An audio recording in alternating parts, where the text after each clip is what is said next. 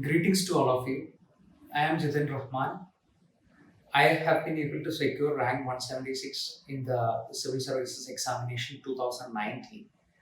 I'm currently working as an Indian Corporate Law Service Officer under Ministry of Corporate Affairs.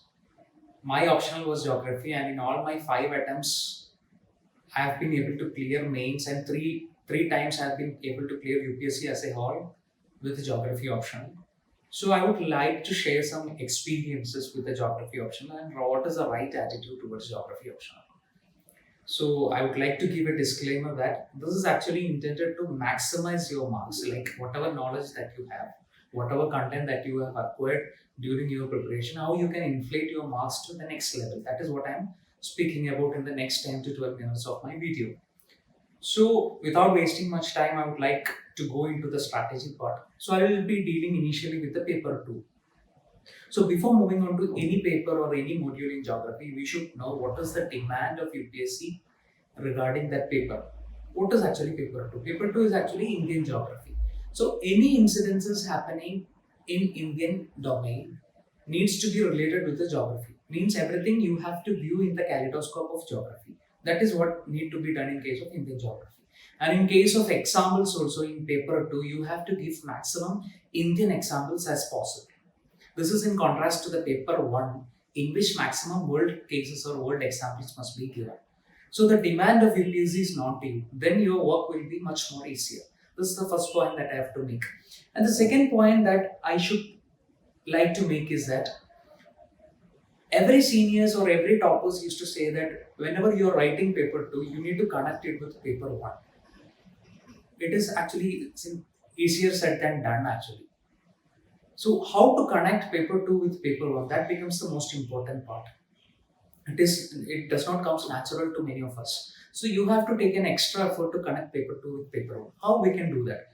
For example, any topic, any point that you're studying in paper 2, you should take a conscious attempt in order to map it with paper 1. In order to do that, you need to have a conceptual clarity in paper 1. For example, what I used to do is that I will give you certain examples. When in paper 2, when we get questions related to Panchayat Raj systems, you can't find any direct correlation with the Panchayat Raj and any paper 1 topics. But what I used to do is that paper 2, Panchayat Raj actually will lead to or is actually making use of the social capital inherent in the Indian political system or the Indian population. So you can actually mention the topic known as social capital mentioned in paper 1. So there is a scope of mentioning social capital related to Panchayat Raj. Or when it comes to cropping pattern, when you get a question related to cropping pattern from paper 2, while you're writing about the cropping pattern of India, you get a scope to write about Van Tunen model in a critical point of view. I used to answer in that manner in my conclusion or wherever it is possible. I used to just mention regarding Van Tunen model whether it is applicable to Indian scenario or not. This is the way I used to connect with the topics in paper 2 with paper 1. Like when it comes to, or I can also give the examples like when Make in India happened, we used to get questions regarding Make in India. So Make in India, I used to connect with the growth pole theory because the government is following a growth pole related approach in case of Make in India. See, what is the government is doing? Government is promoting manufacturing industries because government believes that manufacturing industries have the potential for growth, and that growth will actually spill over to the population and will actually change the Indian economy as well. So this is a case of growth pole. In a way, we can relate it in your answers as well. So whenever you are learning any topic, or whether it is related to science and technology, development in information technology or biotechnology, you can actually relate it with the limits to growth theory because limits to growth theory is a pessimistic, deterministic model. So whenever we are advancing in certain field, you can actually mention that it in your answer. That will add value to your answers also. Similarly, wherever it is possible, or when it comes to resource or underdevelopment in India, certain regions like Jharkhand or Chhattisgarh, you can mention resource curse theory.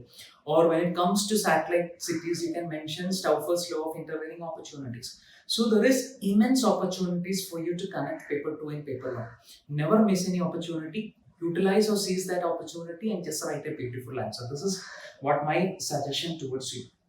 So the second point is connecting paper 2 with paper 1. You have to take conscious attempt. Not every textbook would be mentioning such that, but you have to make conscious attempts. And then I would like to mention regarding some general topics. Many students are getting affected by the questions like some general or like what I used to open-ended questions. Structuring of those questions becomes really difficult. In that scenario, what I used to do is that in the last 3-4 years, I have scanned all question papers and we used to get certain terms. For example, the importance of road development to economic development, or importance of, for example, national agriculture market in agriculture development. So, now in case of agriculture development. So, the second part is agriculture development. The second part in the first question is economic development. These are actually general terms. So these type of general terms you have to identify, and you can think of the structure that you are going to write in the case of UPSC answer sheet. For example, in case of economic development, one way of writing answer is that if anything is related with economic development, I have a strategy that I will demarcate into primary, secondary, or tertiary. It is as simple as that. Or when it comes to agriculture, it might be related to production, marketing, or value addition. So similarly, such sort of general terms which comes to in UPSC question papers needs to be identified, and what needs to be the structure to be followed for these type of things needs to be found out, and that needs to be practiced in your answer sheets as well, in your mock test as well. So this also needs to be done. This is my third point. And the fourth point is like whenever you are supposed to write a 360-degree angle about any particular topic like social, economic, and political, many students used to miss out certain points due to the stress level that you may be into during the examination hall. So my opinion is that whenever you have certain issues like that, go for a structured approach. My approach is that you have to take the paper to go for the syllabus part of paper 2. There is clear cut given that physical geography, agriculture geography, industrial geography, political geography, economic geography, and what's all. So these things must be followed, can be followed. Like if you're writing about any particular topic, you can mention about industrial part, you can mention about the population part, you can mention about the economic part, you can mention about the agriculture part. So you will make sure that you have tested up each and every topic given in paper 2. That also can be followed by most of the students. In fact, I used to follow that approach in writing my paper 2. And one more point that I would like to mention is regarding the figures. You know that there is a thumb rule in geography that you have to mention, you have to draw certain figures in geography. Make sure that in case of figures must be not cluttered figures. You must be able to easily communicate with the examiner regarding the figures and what you are intended to do or what you intended to say. So always prepare before figures. In case of figures also, I used to identify the areas which I can utilize figures. For example, in areas where there is a cyclical thing in the sense climate change and ice melt is a cyclical thing, or MSP and cropping pattern is a cyclical thing, or what else? The pollution and agriculture productivity is a cyclical thing. So I have identified certain areas where we can draw cyclical diagram. So I used to do cyclical diagram, and the figures can convey much more easier than words could do. So you have to identify those type areas. And also in case of figures, I would like to mention that trading pattern or the pattern of world trade, or when it comes to like migration pattern in India or migration pattern in the world, this can also be effectively communicated with the help of diagrams. For that, you have to utilize what flow diagrams or certain other innovative ways, but you have to prepare before going to the examination hall. That needs to be done in case of paper 2. So this is the way to deal with paper 2, and I have told these things with the presumption that you all know or you are well equipped with the content part of paper 2. So what we used to do is that I prepared under Nikhil sir in Kerala in Island IAS. What we used to do is that under the guidance of Nikhil sir, we were demarcated into we were into many groups, and in each group we used to prepare on a specific topic. For example, if I was preparing on any agriculture related current affairs, my companion, my friend would be preparing on other areas. So when we consolidate all those things, we will be having enough content to write a UPSC paper. So this approach can be followed by you guys also. Make a team, follow maximum current affairs, follow maximum recent articles, follow current geography related thing, consolidate it and write a beautiful answer. All the very best regarding paper 2. This was my strategy related to paper 2. And without wasting much time, I would like to go on to paper 1, which is in fact one of the most difficult paper. But you can actually score good marks in paper 1. In my case, I used to score good marks in paper 2 when compared with paper 1. So what is the strategy, or what were the observation that I've made over these years regarding paper 1? This is what I'm going to say. One is always identify the demands of UPSC. In case of paper 1, there are two parts actually, part A and part B.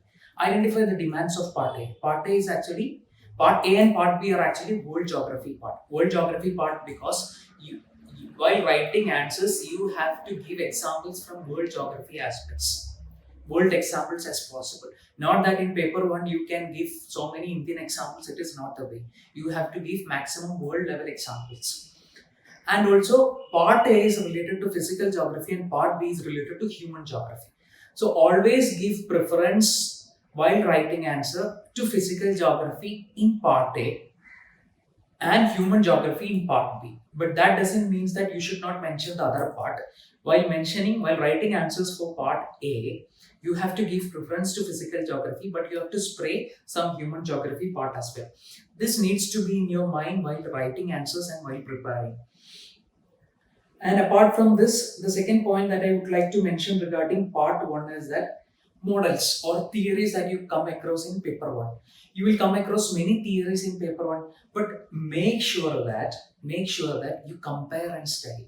Even if it is Davis, even it is Peng or King's theory, you have to compare it and study, because comparison gives you an added advantage in writing answers. Got it? So compare and study, make it simple. Whichever institute you are actually getting guidance, try to understand the topic from your faculty, make your own notes in a simple manner, go for a decluttered figure, convey it properly to the examiner, and just write a beautiful answer. This is my suggestion regarding models. And I would like to mention also one thing, that is, you are studying geography to get maximum marks in UPSC, not to get maximum knowledge. So make sure that you should think about the exams initially before preparation itself. Just think of the examination hall. You will get a maximum of 20 marker in examination hall. So you have to prepare a topic maximum for 20 marks. For extra reading, what is the intent of extra reading is to get more conceptual clarity, nothing more than that. For example, if you're studying Van Thunen model, you will get a maximum to write about 20 marks. And minimum you will be getting for 10 marks. In 10 marker also, for example, we got a question like Van Thunen model and its relevance for 10 marker. How you can write? So you are supposed to write Van Thunen model for 5 marks and relevance for another 5 marks. Or in 20 marker also, you will be getting Van Thunen for 10 marks and the relevance for another 10 marks. So you have to consolidate your whole knowledge for this 10 marks. So this is so important. Writing for 600 marks is not so difficult one, but consolidating your knowledge for 10 or 5 marks becomes the most difficult part.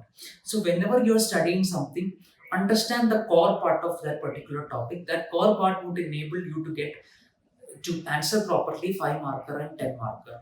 In our institute also, we used to get a lot of questions like that. So we used to practice such type of questions very frequently, and that enabled us to score very good marks in the final examinations as well.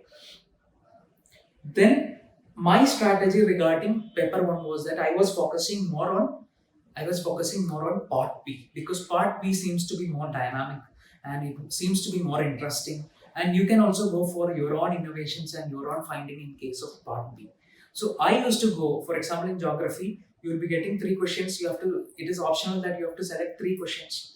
So 2 of the questions I used to select from part B, because I consider it to be more scoring and I find more interesting in studying part B.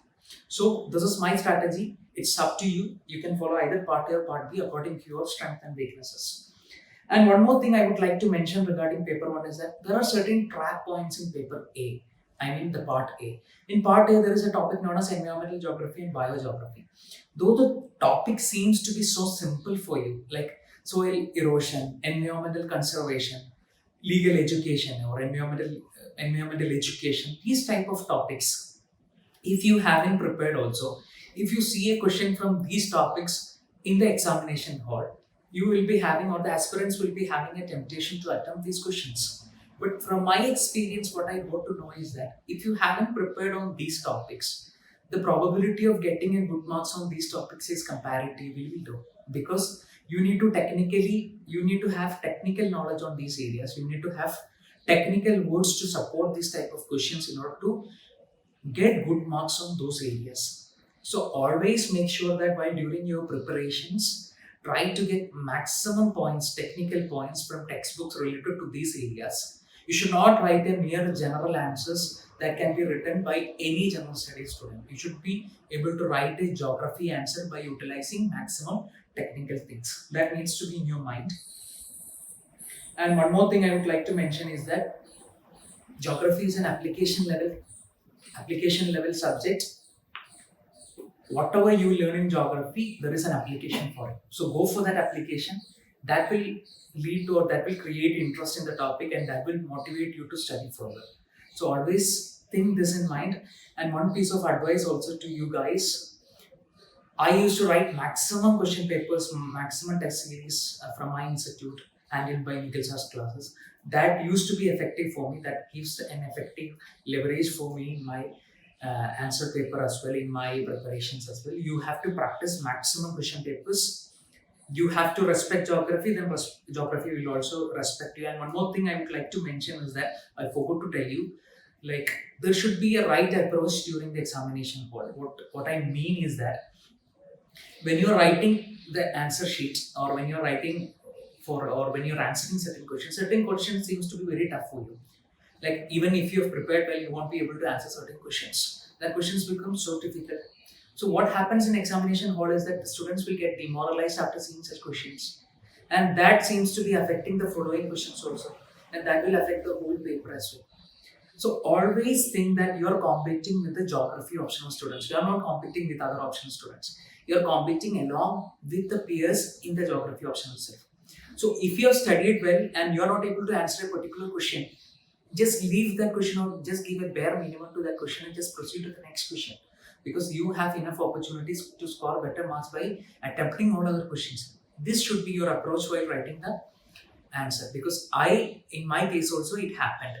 In my first attempt, what happened was that the first paper was really difficult. That was the first time then geography question paper was changed from the traditional way of asking questions. So it was really difficult. So that affected my mood, and I attempted the paper 2 with that sense of attitude that I lost the paper and I am going to lose the UPSC. So in reality, what happened was that when the mark list came, I scored excellent marks in paper 1, but I scored below average marks in paper 2. This should not happen. The right attitude is that if you are able to write an answer, write it properly. If you are not able to know an answer, leave it, let go of things, and just focus on the next question. So this is my piece of advice to all of the viewers who have been viewing this video. And I would like to thank this occasion, Nikhil Sir and Team Island, for providing me a wonderful opportunity to talk like that to the viewers, and also for providing me wonderful guidance in geography optional as well. I wish everyone a wonderful future. Study geography well. Geography will give you what you want. Respect geography will respect you. Thank you one and all. Thank you. Thanks a lot.